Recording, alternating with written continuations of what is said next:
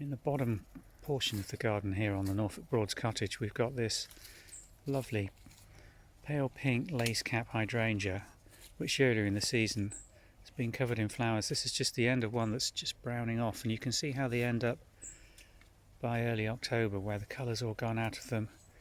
The bracts now curving downwards, with the centre flower section still held high on these quite long stems. And this is an opportunity to cut these and bring them inside and dry them off. They're quite ornamental and they dry and hold their form very well as a interior floral arrangement. So what we're going to do is cut some of these on around 8 to 9 inch stems, remove the leaves which will naturally drop, but the flowers should stand well in that form and dry off really nicely to make an interior arrangement.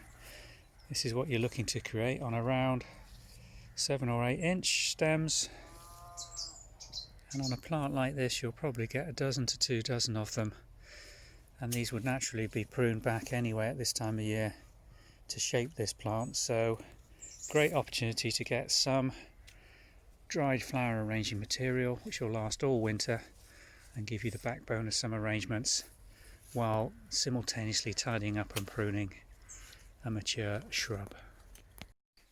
And here are the two arrangements that we've done just using those Cap Hydrangea flowers that are going to dry off. These aren't in water, they're just in this one, a nice porcelain jug just on this windowsill on the entrance to the back of the cottage.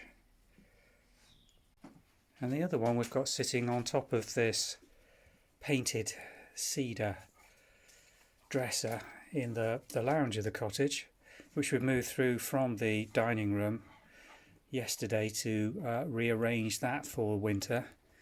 And this we've got in a nice clear glass vase which just shows off the stems beautifully. And the colour on those, I know it's not showing up particularly well in the evening light now with the lamps on, but really reflects the dusky grey green that the dresser they're sitting on is painted in.